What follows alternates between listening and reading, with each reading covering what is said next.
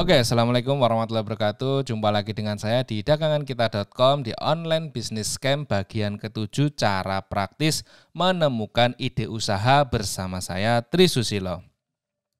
Oke, libatkan Allah dalam menentukan dan memvalidasi ide. Nah, kenapa saya langsung kalimat ini? Karena kebanyakan orang itu lupa terhadap siapa yang memiliki rezeki dan lupa bahwa semua ide, semua hal itu adalah milik Allah dan lupa melibatkan Allah seakan-akan dia itu bisa menjalankannya sendiri. Nah, makanya kalau saya pribadi biasanya selalu libatkan Allah dalam menentukan dan memvalidasi ide. Caranya gimana?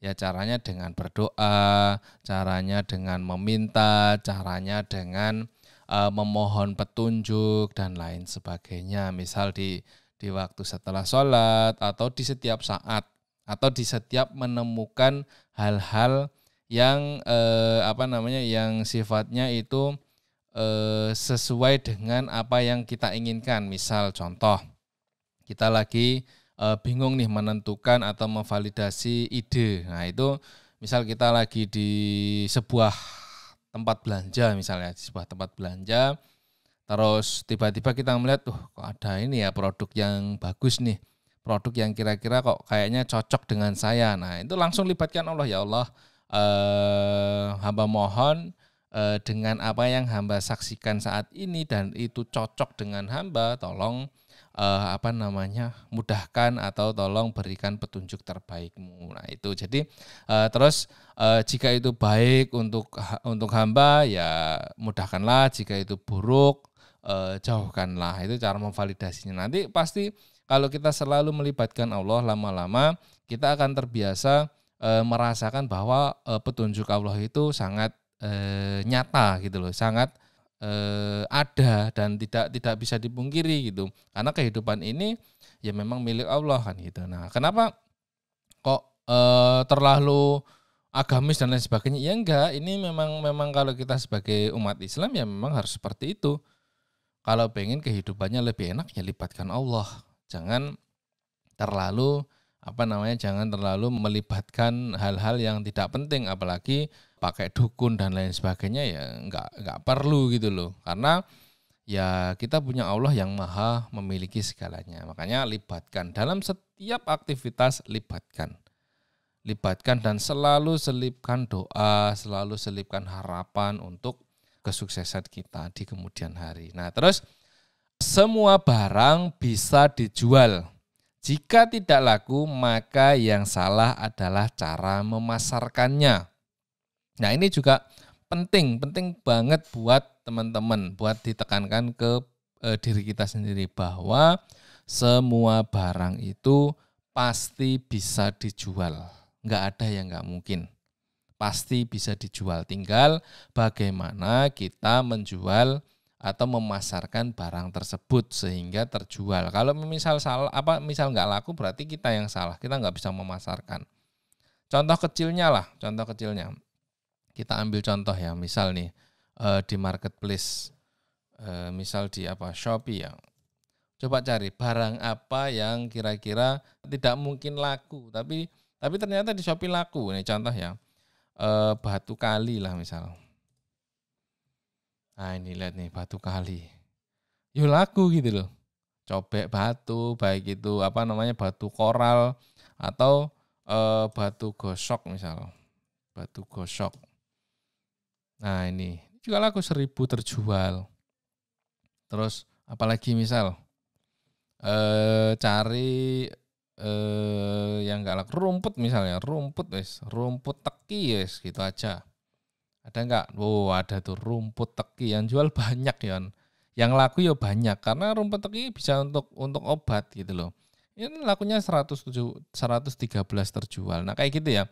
Jadi jangan pernah berpikir bahwa barang ini enggak laku dan lain sebagainya. Enggak, semuanya laku, tinggal tergantung kalian bagaimana cara memasarkannya dan mengolahnya. Nah, mengolahnya dengan cara apa? Ya dengan cara kontennya yang bagus, kata kuncinya yang tepat, terus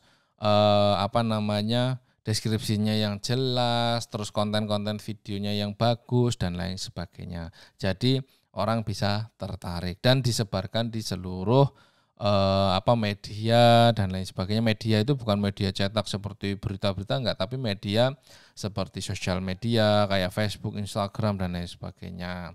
Nah, itu karena terus marketplace, Lazada, Shopee, Tokopedia, Bukalapak dan lain sebagainya. Jadi ketika kita menyebar banyak jala, banyak tempat, ya kemungkinan besar barang kita akan bisa terjual. Tapi kalau kita cuman diem aja, wah ada rumput, cuman didiemin aja ya nggak laku gitu loh. Tapi apakah saya bisa menjual rumput? Ya mungkin bisa, tapi belum saya coba. Tapi saya lihat data ada gitu loh. Dan semua itu kan by data. Dan ini saya pun juga sedang berencana menjual rumput. Rumput apa? Rumput untuk pakan ternak. Karena saya juga punya peternakan yang kita bisa swasembada pakan dan itu bisa kita jual dengan bentuk silase, fermentasi atau bibitnya atau hijauan dalam bentuk hijauan segar. Itu juga bisa. Nah, ini sedang kita rencanakan karena kan kalau kita jual kayak silase gitu nggak mungkin jualnya cuma 1 kilo atau setengah kilo kan nggak mungkin. Nah, ini kita harus jualnya penjualannya kan kita targetnya sekali orang ambil 1 kintal 1 ton. Nah, seperti itu ini lagi kita atur. Tapi pasti laku dan banyak. Saya punya beberapa teman dan lain sebagainya itu bisa menjual rumput silase gitu berton-ton bahkan puluhan ton.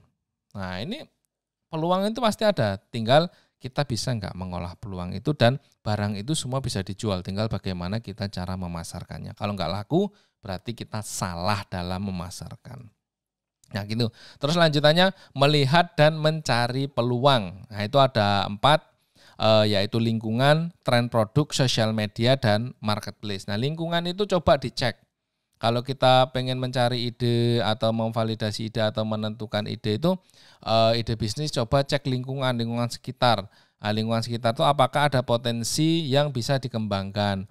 Kalau misal di desa coba lihat potensi desanya seperti produk-produk lokalnya atau misal hasil pertaniannya atau misal hasil olahan dari hasil pertanian atau kalau belum ada coba ciptakan hasil pertanian menjadi hasil olahan.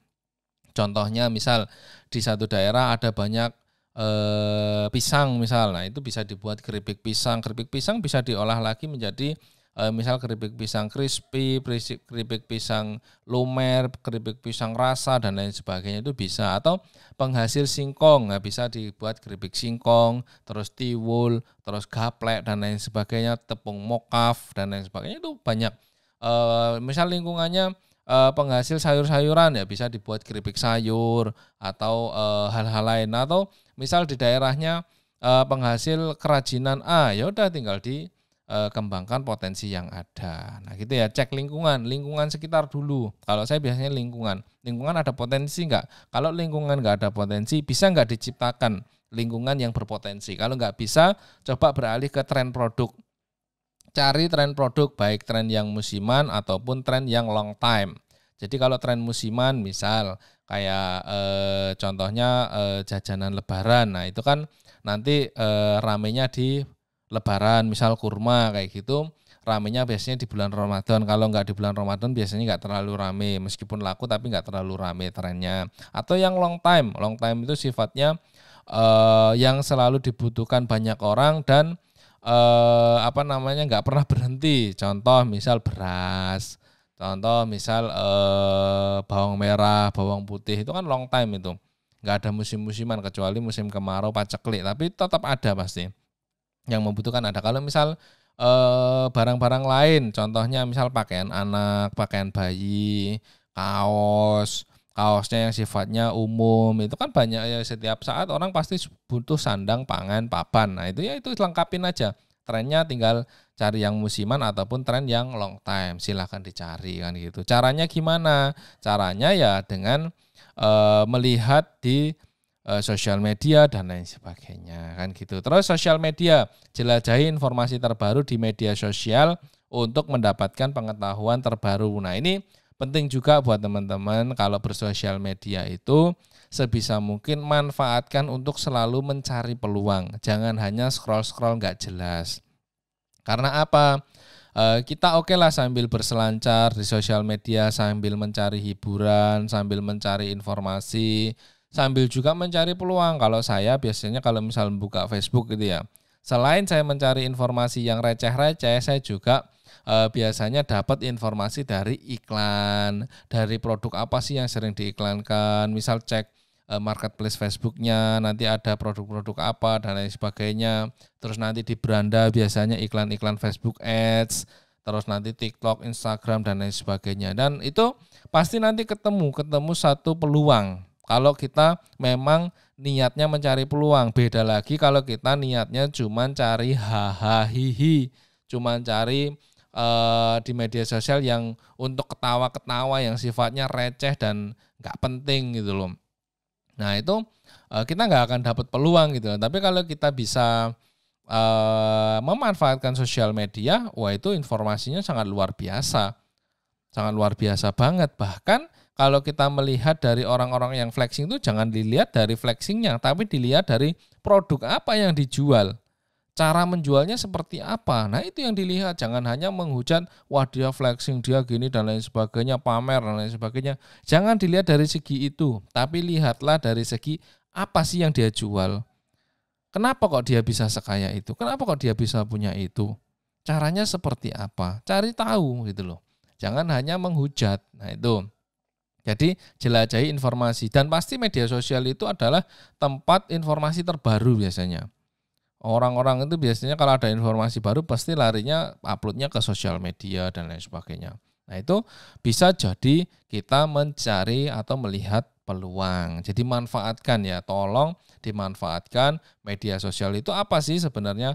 Facebook, TikTok, Instagram, terus snack video, terus YouTube, nah kayak gitu. Jadi manfaatkan, pasti ada peluang, pasti kita bisa melihat dan mencari peluang. Oke, terus yang selanjutnya marketplace, salah satu wadah informasi produk terbaik dan terbanyak saat ini, maksimalkan mencari peluang di media marketplace. Nah, marketplace ini sudah kita bisa bebas mencari dan melihat peluang, kita juga bisa bebas menjual, kita juga bisa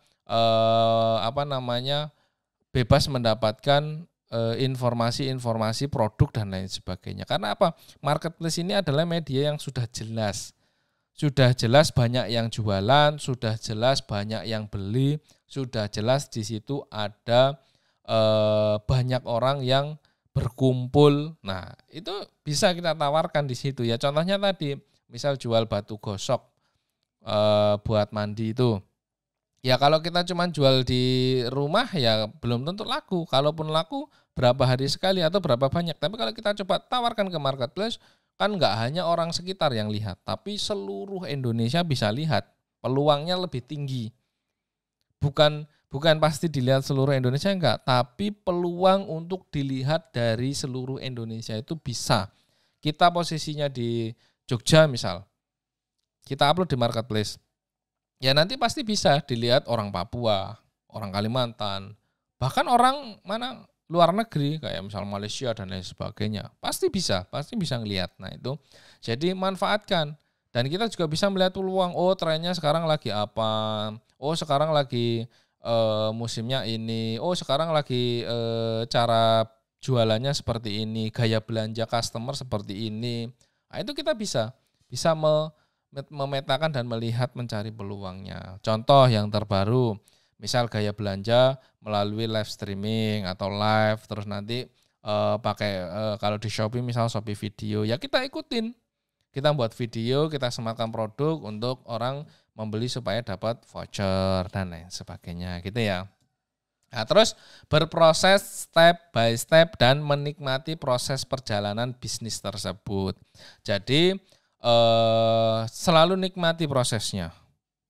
Jangan terburu-buru, jangan terlalu mengejar yang sifatnya cepat. Nah, bisnis yang kuat itu adalah kayak kemarin yang saya bahas, bisnis yang kuat itu yang memiliki pondasi. Bisnis yang kuat itu bisnis yang bisa continue, yang bisa kita wariskan. Nah, ini harus berproses, nggak bisa hari ini jualan, hari ini juga hari ini upload, hari ini harus terjadi jualan. Belum tentu, tapi juga bisa berpotensi. Cuman kita harus nikmati prosesnya. Kalau hari ini belum laku, ya kita proses lagi untuk besok laku, untuk selanjutnya laku. Jadi nikmatin, terus kembangkan ilmunya, terus manajemen energinya juga diatur, manajemen emosionalnya harus diatur dan lain sebagainya untuk bisa berjalan dengan baik dan sesuai dengan goals yang sudah kita buat atau planning yang sudah kita buat. Terus jalankan ide yang didapatkan segera. Nah, ini penting. Ketika dapat ide, coba validasi atau meminta petunjuk sama Allah, langsung eksekusi. Langsung eksekusi gitu aja. Loh, kalau nggak punya modal gimana? Cari peluang yang tanpa modal. Caranya gimana? Dropship. Kalau misal nanti laku, baru kita beli dan kita kirim. Caranya dropship gimana? Waduh, ini berlanjut ini ya. Nah, caranya dropship ya cari misal dari Shopee dijual ke Lazada, dari Lazada dijual ke Tokopedia, dari Tokopedia jual ke Shopee, dari Tokopedia jual ke Lazada dan seterusnya. Atau dari marketplace dijual di sosial media. Nanti kalau ada yang japri, ada yang mau beli, ada yang mau minta dikirim, baru kita orderkan. Itu bisa. Yang penting kita validasi, kita jalankan ide tersebut sesegera mungkin. Contoh ya, misal lagi scroll di Shopee, ketemu nih produknya. Oh, cara marketingnya nanti seperti ini dan lain sebagainya, fotonya kayak gini. Nah, kalau nggak punya foto gimana? Tinggal ambil di Google foto produk tersebut, terus nanti diedit. Karena terus yang jelas kita kalau mau dropship di satu tempat kita ngomong dulu, bisa nggak kita dropship, bisa nggak kita bantu jualin dan lain sebagainya. Kalaupun tidak ya pasti kebanyakan seller-seller di marketplace itu ngebolehin, boleh. Yang penting tidak menduplikat atau memalsukan produk tersebut kan gitu. Tujuan kita ngambil foto di Google atau di internet atau di sosial media kan untuk menjualkan produknya dia. Dan nanti yang dikirim juga produknya dia, itu nggak masalah. Jadi langsung aja, oh ini bagus, ini saya punya ide desain seperti ini, gambarnya ambil di desain, sekarang gampang desain pakai Canva. Kayak saya ini PPT yang saya gunakan ini juga pakai Canva dan itu mudah banget gitu loh. Orang awam pun bisa. Dan saya membuktikan beberapa tim saya yang nggak bisa desain ya pakai Canva langsung bisa desain dan lain sebagainya. Intinya jalankan ide yang didapat sesegera mungkin. Terus cari mentor atau guru yang tepat. Nah, ini juga penting. Karena apa? Tanpa guru, tanpa mentor, kita juga akan arahnya tidak jelas. Ya memang bisa aja. Otodidak itu sangat-sangat bisa. Saya pribadi itu otodidak. Tapi saya juga punya mentor. Mentornya teman yang bisa bisa memberikan nasihat atau bisa jadi tempat kita curhat untuk sekarang itu lagi kayak gini loh, yang saya alami kayak gini, kira-kira gimana. Nah kayak gitu. Meskipun mentor itu atau guru itu enggak melulu harus kita yang berbayar, enggak, tapi coba cari teman atau tetangga atau saudara yang memang di bidang yang sedang mau dijalankan dan coba gali informasi dan jadikan dia sebagai panutan, sebagai tempat untuk kita berkeluh kesah atau bercerita atau bertanya atau mendapatkan informasi terbaru. Nah, kayak gitu. Pokoknya cari guru atau mentor yang tepat. Tapi kalau misalnya punya budget, cari mentor yang berbayar juga boleh. Itu jauh lebih bagus. Karena apa? Kalau berbayar kan punya tanggung jawab masing-masing. Yang membayar punya hak untuk meminta informasi yang lebih karena dia sudah bayar, dan yang dibayar juga punya hak dan kewajiban untuk memberikan informasi sesuai dengan apa yang sudah disepakati atau sesuai dengan apa yang dimiliki kan gitu toh. Nah, jadi cari mentor atau guru, baik itu mentor dalam bisnis maupun mentor dalam spiritual ataupun agama, itu juga penting, atau guru ngaji atau lain sebagainya lah. Intinya coba cari keduanya karena harus balance antara dunia dan akhirat. Supaya apa? Supaya berkah gitu ya. Terus semua orang memiliki kesempatan sukses yang sama, tinggal kita mau atau tidak. Nah, ini juga kuncinya. Kalau saya selalu melihat orang-orang sukses itu bukan saya lihat dari segi harta yang dia miliki atau barang yang dia miliki, tapi bagaimana dia bisa memanfaatkan kesempatan sehingga dia sekarang bisa sukses. Nah, itu jadi kesempatan yang dia miliki itu pasti dimaksimalkan. Nah, saya juga berusaha seperti itu. Kalaupun misal belum sukses-sukses banget atau masih berproses, tapi setidaknya saya menikmati dan memaksimalkan kesempatan yang ada. Dan saya mau gitu loh. Kalau nggak mau ya saya nggak mungkin bisa sampai berbicara seperti ini gitu loh. Saya nggak mungkin bisa punya tim, saya nggak mungkin punya usaha ini dan lain sebagainya. Jadi saya selalu optimis semua orang itu memiliki kesempatan yang sama. Meskipun nanti takdirnya berbeda ya, tapi kesempatan itu semua sama. Semua sama-sama bisa jualan, semua bisa sama-sama bisa belajar, semua sama-sama bisa sukses. Tapi takdir yang menentukan. Nah, takdir itu kan sebenarnya bisa kita bisa kita tentukan selain Allah yang menentukan. Contoh, kalau kita misal sekarang nggak pinter, ya kita harus belajar supaya takdir kita bagus, kan gitu toh. Tapi kalau misal nasib dan lain sebagainya itu beda lagi. Atau misal takdir itu kan apa yang terjadi sekarang. Kalau belum terjadi itu berarti belum takdirnya, kan gitu. Jadi kita harus bisa mencari memaksimalkan kesempatan supaya takdir kita hari ini bagus. Takdir kita di kemudian hari bagus. Karena apa yang kita kerjakan hari ini itu akan kita nikmati di kemudian hari. Dan apa yang kita nikmati hari ini itu adalah hasil dari kinerja kita di hari-hari sebelumnya, kan gitu toh. Dan tinggal bagaimana kita bisa memaksimalkan kesempatan tersebut. Nah gitu ya, sekian dari saya tentang mencari materinya. Cara praktis menemukan ide usaha ya itu.